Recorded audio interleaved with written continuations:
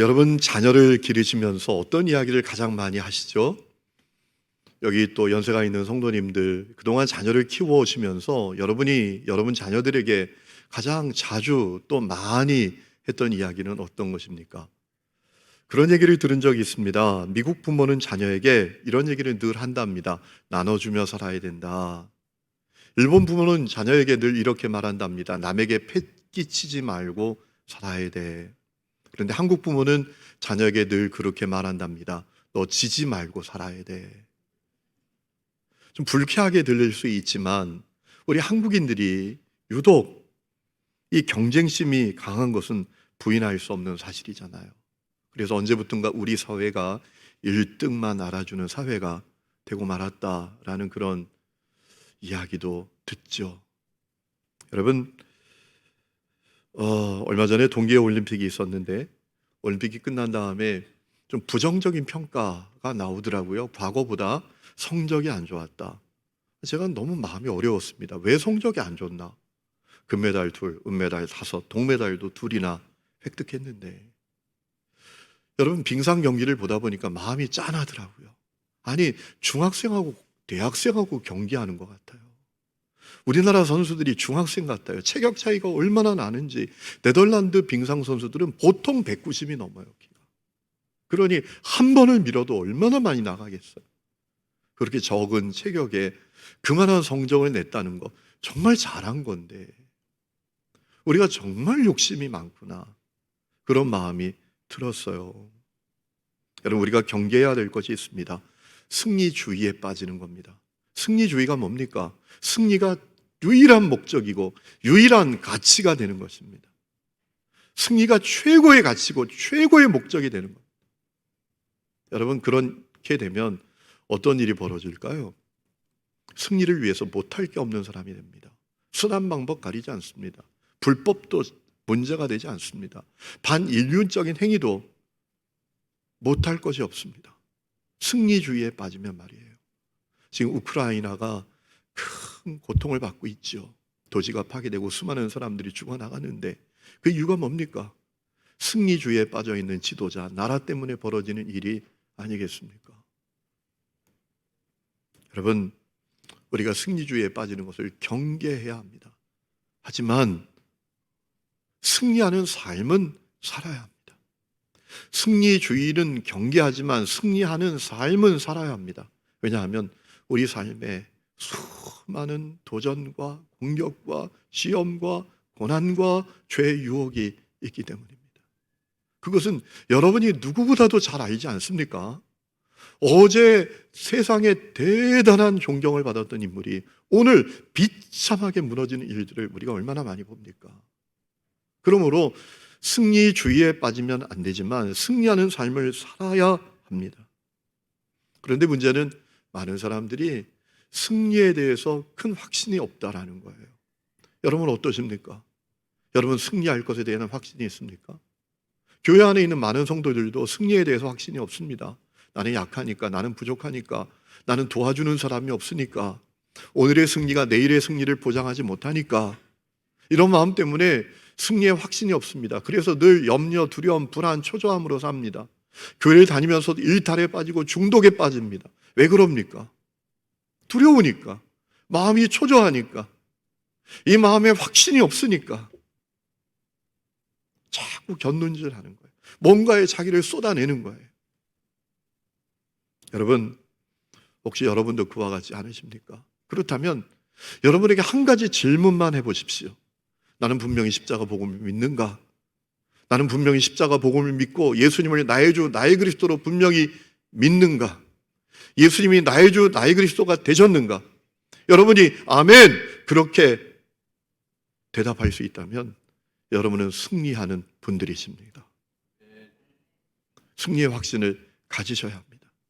예수님을 나의 주, 나의 그리스도로 믿는 사람은 승리할 수 있습니다. 어떻게 그렇게 확신하느냐고요?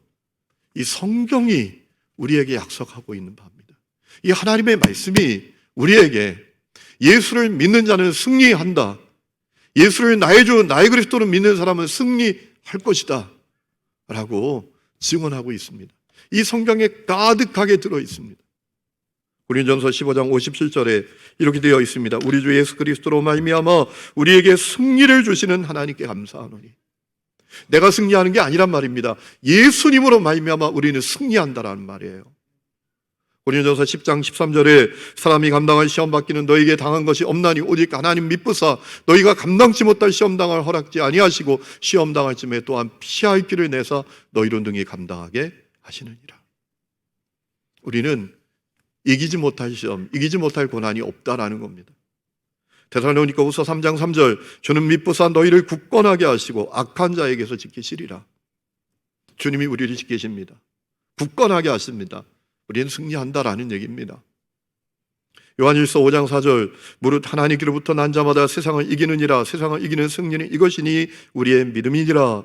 예수께서 하나님의 아들이심을 믿는 자가 아니면 세상을 이기는 자가 도대체 누구겠느냐? 여러분, 우리는 예수를 그리스도로 믿는 사람들이잖아요. 아멘이십니까? 그러면 승리할 수 있다라는 겁니다. 예수님을 믿는 사람들은 승리합니다. 그것은 기정사실입니다. 이미 이루어지고 있는 실제입니다. 이 확신이 오늘 여러분에게 있기를 주의 이름으로 축원합니다. 그렇다면 어떻게 우리는 기정사실화된 그 승리를 실제적으로 우리의 삶 가운데 누리며 살 수 있겠는가? 오늘 우리가 읽은 성경이 그 답을 우리에게 알려주고 있습니다. 어떻게 우리가 이미 얻게 된 승리를 누리며 살 수 있겠는지. 첫째는 승리의 목적을 바로 알아야 한다는 겁니다. 내가 왜 승리해야 하는지를 바로 알아야 한다는 겁니다. 오늘 말씀을 보면 바울은 그리스도인의 승리를 기정사실화하여 전합니다. 14절 말씀 보십시오. 항상 우리를 그리스도 안에서 이기게 하시고. 승리는 기정사실이에요. 자, 그리고 뭐라고 바로 이어서 말합니까?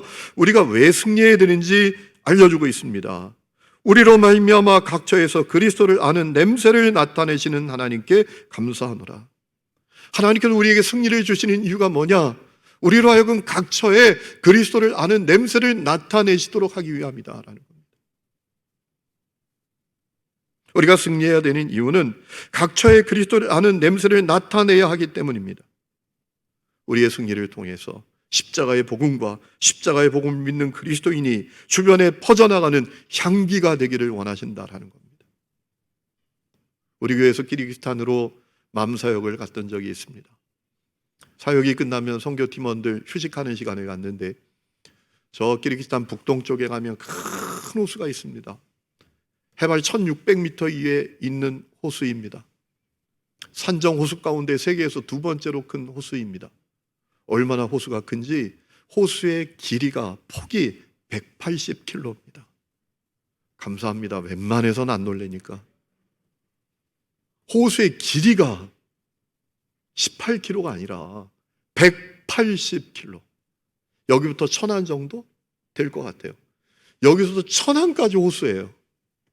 가보면 이게 바다야 호수야. 호수라 하는데 아니 이게 바다 아니야? 그럴 정도로 어마어마한 호수입니다. 그 호수로 쉼을 갖기 위해서 갑니다. 그 호수 옆에 리조트가 있습니다. 리조트 근처에 도착하게 되면 어디서 풍겨져 나오는 향기인지 장미향이 가득하게 풍겨져 옵니다. 리조트에 도착해보면 압니다. 리조트에 장미꽃이 수도 없이 심겨져 있습니다. 가득하게 숨겨져 있습니다. 선교팀원들이 깜짝 놀랍니다. 화학 장미향이 아니라 실제로 맞는 장미향이 그냥 뭐 킁킁거리지 않아도 그냥 느껴져 올 정도로. 우리가 승리해야 되는 이유는 향기가 주변으로 퍼져나가서 그 향기를 풍기는 그 존재의 가치를 각인시키는 것처럼 우리가 믿는 십자가의 복음이 얼마나 놀라운지, 십자가의 복음을 믿는 사람들은 얼마나 존귀하고 가치 있는 사람들인지를 각인시키기 위해서 우리가 승리해야 한다라는 것입니다. 이런 얘기죠. 세상 사람들이 우리의 승리를 보고서 야, 십자가의 복음은 정말 놀랍구나. 야, 십자가의 복음을 믿는 사람들은 정말 놀라운 사람들이구나. 이렇게 고백하도록 우리가 승리해야 한다라는 겁니다. 요즘은 사람들이 교회에 별 관심이 없는 정도가 아니라 신앙생활 하는 사람을 막 핍박하기도 하고 벌레 보듯 하는 사람들도 있잖아요. 그럼 그들이 아이고 내가 잘못 생각했구나. 내가 정말 잘못 생각했네. 십자가의 복음은 정말 놀라운 복음이구나. 십자가의 복음을 믿는 사람들은 정말 놀라운 사람들이구나. 라고 각인되도록, 깨닫도록 우리가 승리해야 한다라는 겁니다. 오늘 이 은혜가 여러분에게 있기를 축원합니다.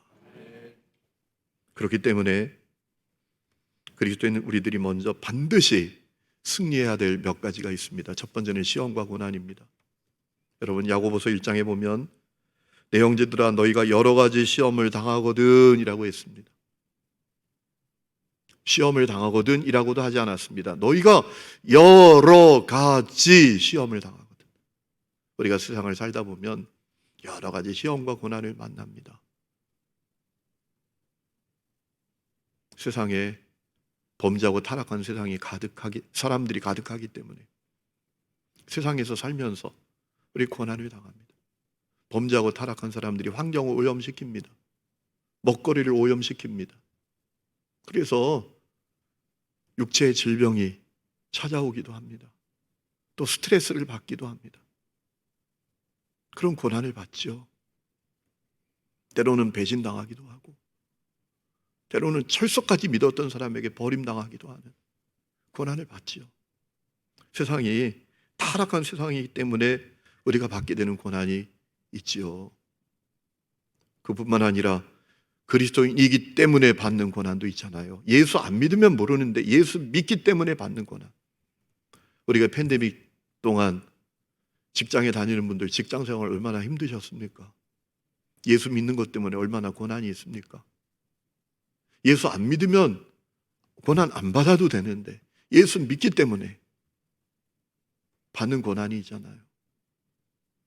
또 우리에게 맡겨진 역할 때문에 받는 고난이 있잖아요. 부모이기 때문에, 자녀이기 때문에, 내가 아내고 남편이기 때문에 받는 고난이 있잖아요. 내가 부모만 아니면 이런 수모, 이런 고난 안 겪어도 되는데 부모이기 때문에 받는 고난이 있잖아요. 아내와 남편이기 때문에 받는 고난이 있잖아요. 제 주례하셨던 목사님이 김준영이라는 목사님이신데 그 사모님이 고등학교 교사셨어요. 음악 교사였습니다. 바이올린을 너무너무 아름답게 연주하시는 분이셨어요. 이분이 치매에 걸리셨어요. 그 목사님이 그 아내를 돌보는데 눈물이 날 지경이에요. 여러분, 남편만 아니면 그 고난 받을 일 없잖아요. 내게 주어진 역할 때문에 받는 고난이 있지요. 그뿐만 아니라 주님께서 주신 사명 때문에 받는 고난이 있잖아요. 고린도서 1장을 보면 바울이 자기가 아시아에서 받았던 고난을 이야기하죠. 이렇게 말합니다. 힘에 겹도록 고난받았다고. 도무지 버틸 수 없을 정도의 고난이었다. 살 소망까지 끊어지는 고난이었다. 차라리 죽는 게 나을 것 같다. 이런 고난이 그에게 있었다라는 거예요. 근데 여러분, 사명만 아니었으면 그 고난 받을 이유가 없었어요. 우크라이나를 위해서 기도해 주셔야 되는데, 특별히 그 땅에 있는 성도들, 그 땅에 있는 교회들, 사역자들, 선교사님들 위해서 여러분 기도해 주셔야 합니다. 이 우크라이나에서 사역하고 있는 서진택 선교사님이라고 계십니다. 이분이 북동부 하리키우주라는 지역에서 사역하시는 분이십니다. 12살 때 아버지 따라갔습니다. 아버지가 선교사라서 아버지가 그 땅에서 선교사로 사역하다가 하나님의 부름을 받았어요. 그 땅에 묻혔어요. 그런데 이 아들이 서진택 선교사님이 아버지를 이어서 그 땅에서 그 땅을 위해서 사역하는 거예요. 이 전쟁통에도 떠나지 않고 그 땅에서 사역하고 있답니다. 말할 수 없는 고난이 있음에도 여러분, 사명만 아니면 그 고난 안 받아도 되죠. 이 서진택 선교사님이 기도 부탁한 현지인 사역자가 있습니다. 야로슬라브라는 목사님이십니다. 지금 큰 문제가 되고 있는 그 도네츠크주에서 한 30km 정도 떨어져 있는 지역에서 사역하시는 선교 사역자이십니다. 목사님이십니다. 근데 여러분, 우리는 전쟁이 지금 시작됐다고 생각했지만 벌써 8년 전부터 전쟁이 계속돼 왔답니다. 친러, 반러. 그래서 2014년부터 벌써 가스가 끊겨서 가스를 쓰지 못했답니다. 전기도 끊겼고 수돗물도 다 끊겼답니다. 그 땅에서 살아가는 동안 얼마나 고난이 있겠습니까? 그런데 야로슬라브 목사님이 그 땅을 떠나지 않고 오히려 180km 떨어진 지역에 가서 발전기를 구해다가 불을 밝히고 물을 데워서 피난민들을 돌보고 사역하고 있다는 거예요. 죽음을 무릅쓰고 사명만 아니면 그 고난 안 받아도 되죠.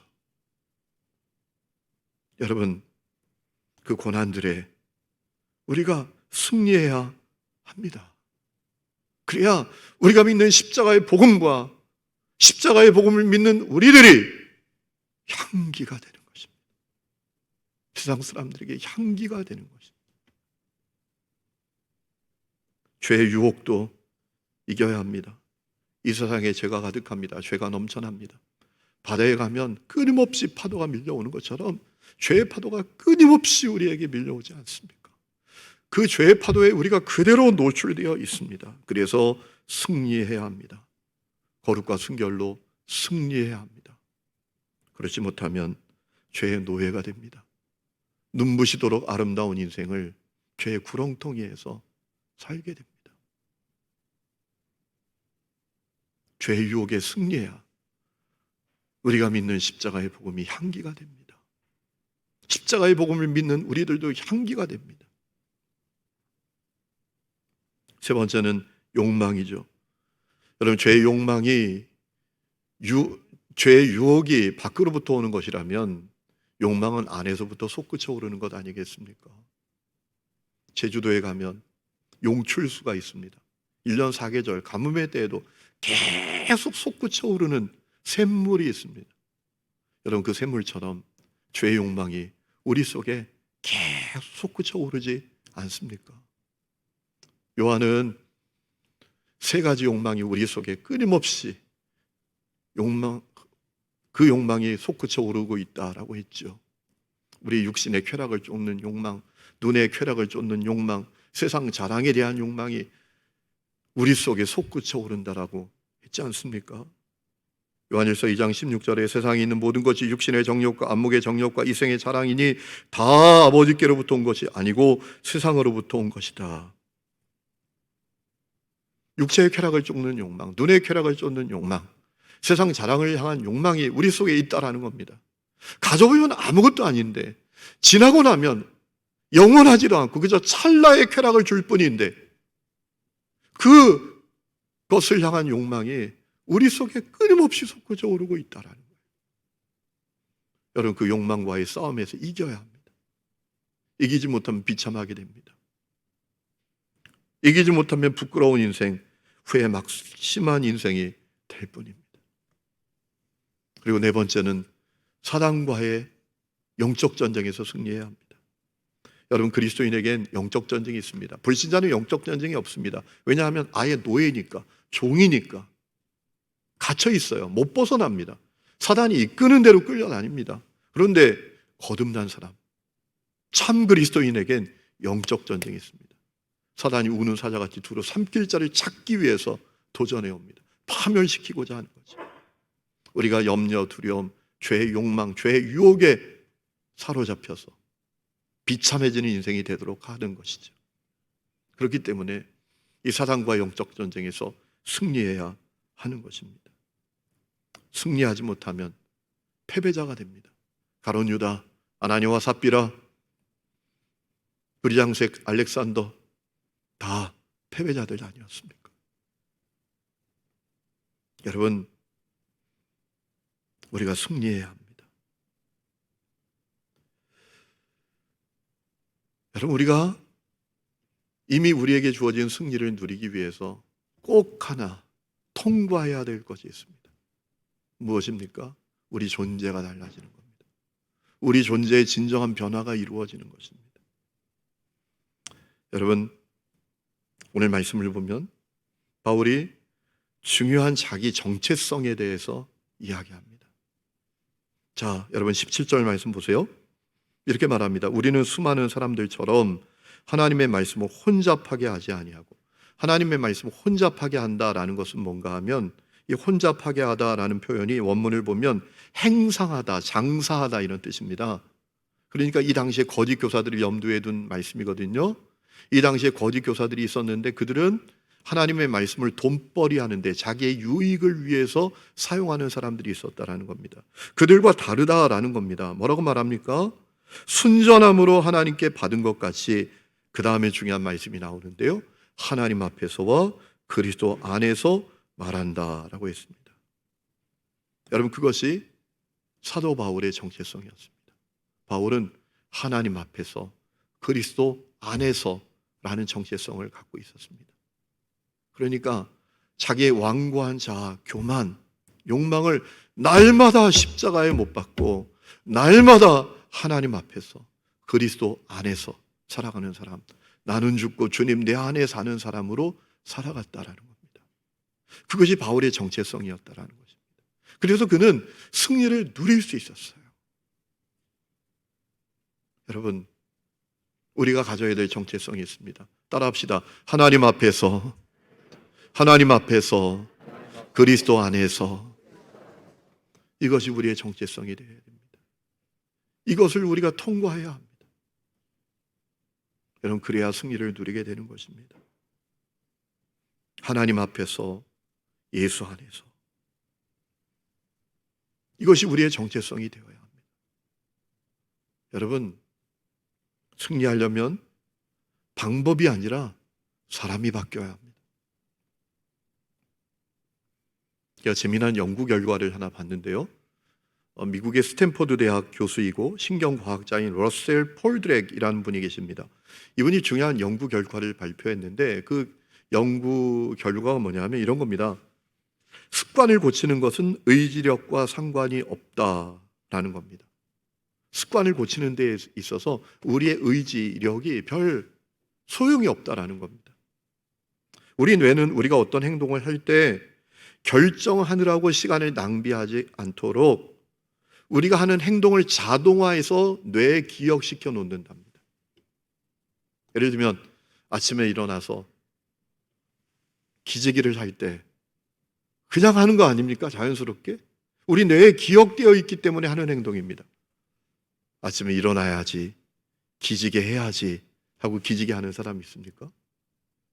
아침에 일어나서 화장실에 가서 양치를 합니다. 그것도 우리 뇌에 기억되어 있는 자동화된 행동이라는 거예요.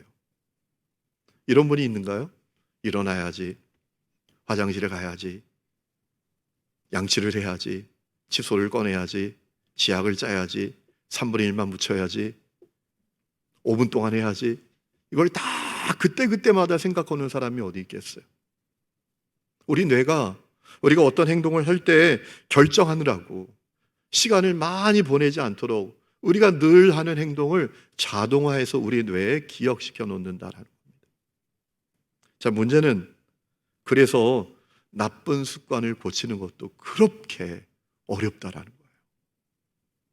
우리가 하는 나쁜 행동, 나쁜 습관도 그 나쁜 습관을 할 때 시간을 낭비하지 않도록, 시간을 많이 들이지 않도록 우리 뇌에 다 저장해 놨다라는 겁니다.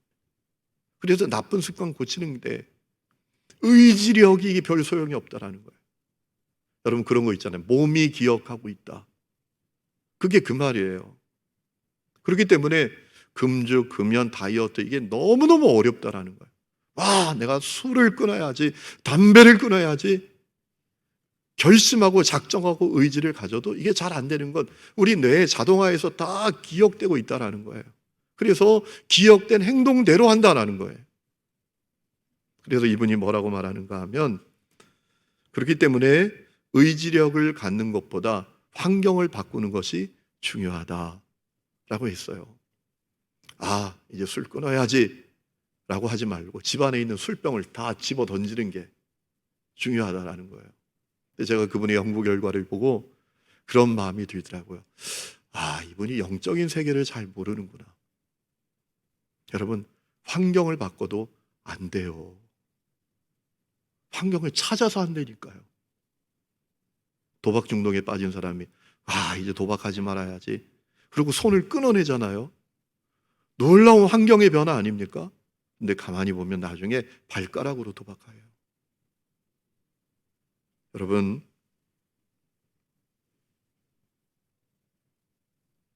존재가 달라져야 됩니다. 우리가 승리하는 삶을 누리려면 나는 죽고 주님 내 안에 사는 내 완고한 자아, 교만, 거역의 마음, 반역의 마음, 그것을 날마다 십자가에 못 박고 주님 내 안에, 나는 주님 안에 사는 사람,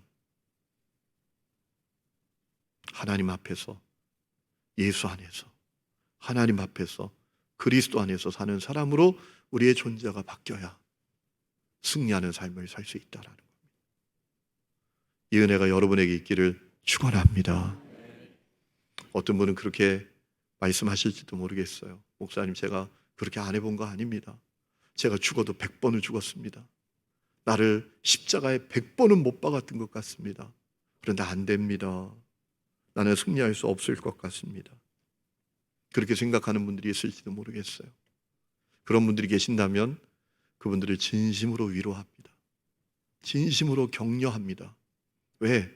세상에는 죄와 싸워서 이길 마음도 없는 사람이 너무 많아요.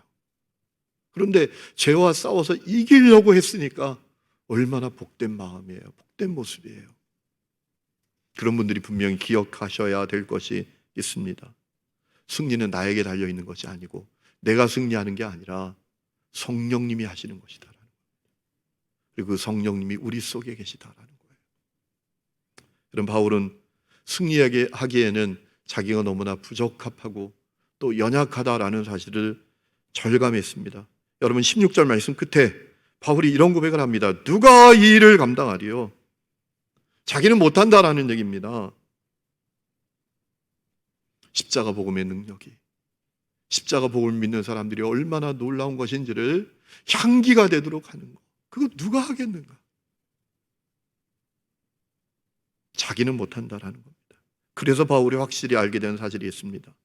승리의 동의는 내가 아니라 성령님이시다라는 겁니다. 내 능력, 지식, 경험, 노하우가 승리하는 것이 아니라 성령님이 하시는 것이다. 나는 승리할 수 없지만 성령님은 하신다라는 겁니다. 여러분, 오늘 고린도후서 3장 3절 말씀 보세요. 바울이 고린도 교회 성도들이 이렇게 말합니다. 너희는 우리로 말미암아 나타난 그리스도의 편지니 이는 먹으로 쓴 것이 아니고 오직 살아계신 하나님의 영으로 쓴 것이며 라고 했습니다. 여러분, 고린도 교회가 어떻게 생겨났습니까? 바울이 복음을 전했습니다. 그리고 교회도 세워졌습니다. 그 성도들이 그리스도의 편지가 되었습니다. 그런데 그것이 바울이 한 게 아니라는 겁니다. 3장 3절 끝에 보십시오. 오직 살아계신 하나님의 영으로 쓴 것이다. 내가 한 게 아니다. 성령님이 하신 것이다.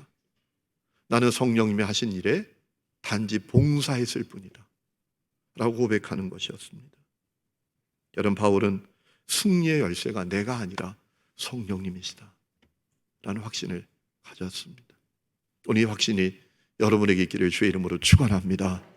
여러분, 승리할 수 있습니다. 여러분, 약해도 승리할 수 있습니다. 부족해도 승리할 수 있습니다. 성령님이 승리하실 것이기 때문입니다. 그 성령님은 저 하늘 위에 계신 분이 아닙니다. 저 땅 끝에 계신 분도 아니십니다. 예배당에만 계신 분도 아니십니다.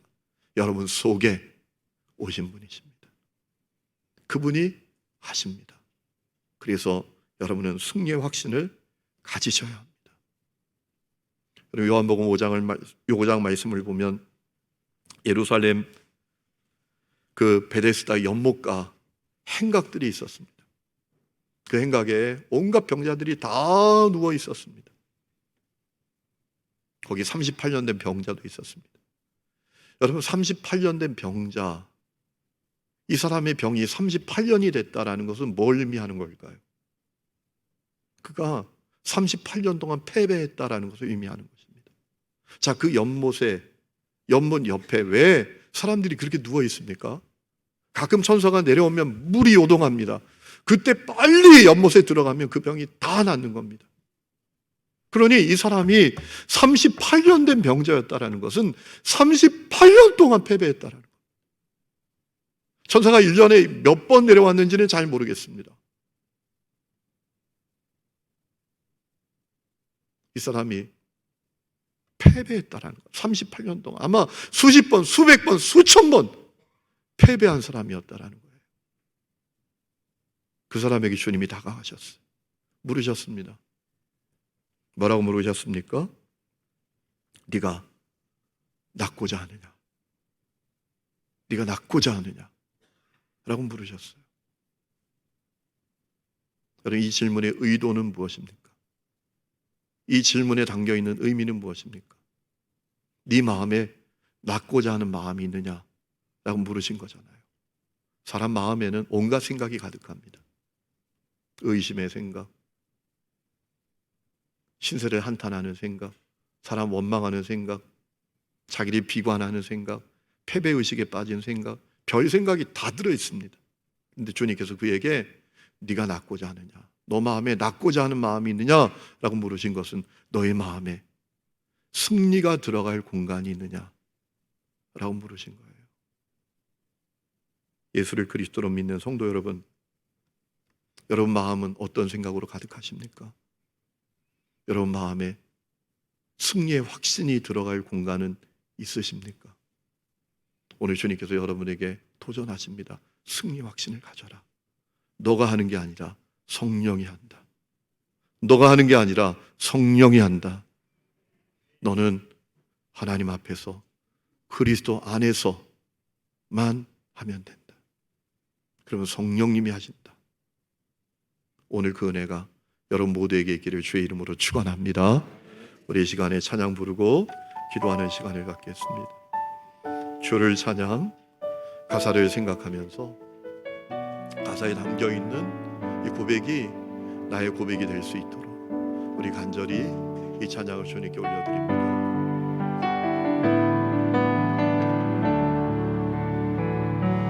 주를 찬양, 주를 찬양, 나의 소망 그 한 가지,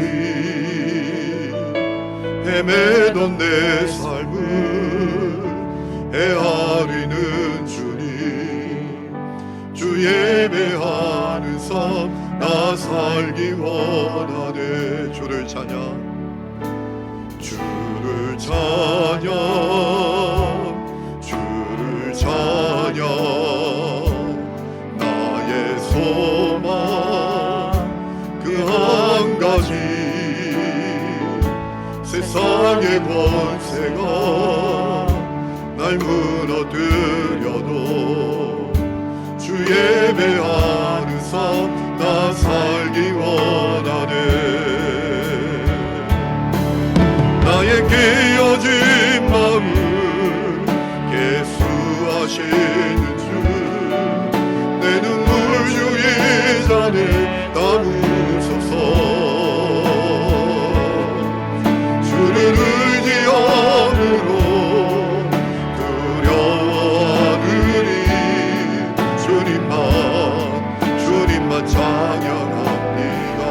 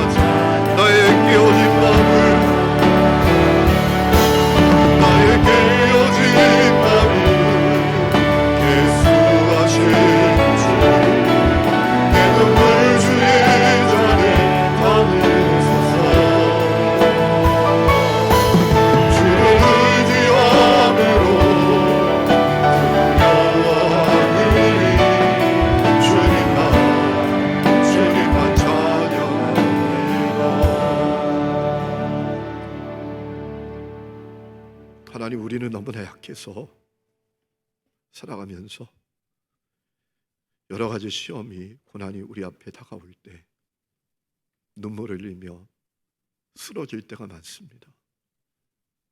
사명 때문에 받는 고난, 내게 맡겨진 역할 때문에 받는 고난 때문에, 그리스도인이란 이름 때문에, 범죄하고 타락한 세상 속에서 살아가기 때문에 말할 수 없는 고난을 받고 눈물을 흘릴 때가 많습니다. 한없는 은혜와 위로를 오늘 예배하는 성도들 위해 허락하여 주시옵소서.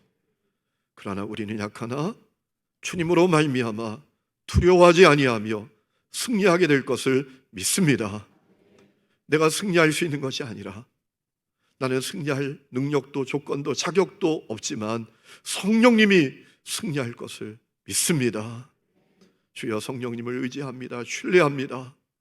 성령님께서 나의 슬픔, 눈물까지도 다 계수하고 계시는 것을 신뢰합니다. 성령님을 의지하고 하나님 앞에서 예수 그리스도 안에서 살게 하셔서 참으로 이 땅에서 승리하여 하나님께 영광 돌리는 자로 서게 하여 주시옵소서. 이제는 우리 주 예수 그리스도의 은혜와 하나님 아버지의 놀라운 사랑과 성령의 내주 동행하심이 예배하는 모든 성도들 위해 지금부터 영원토록 함께 계시기를 간절히 축원하옵나이다. 아멘.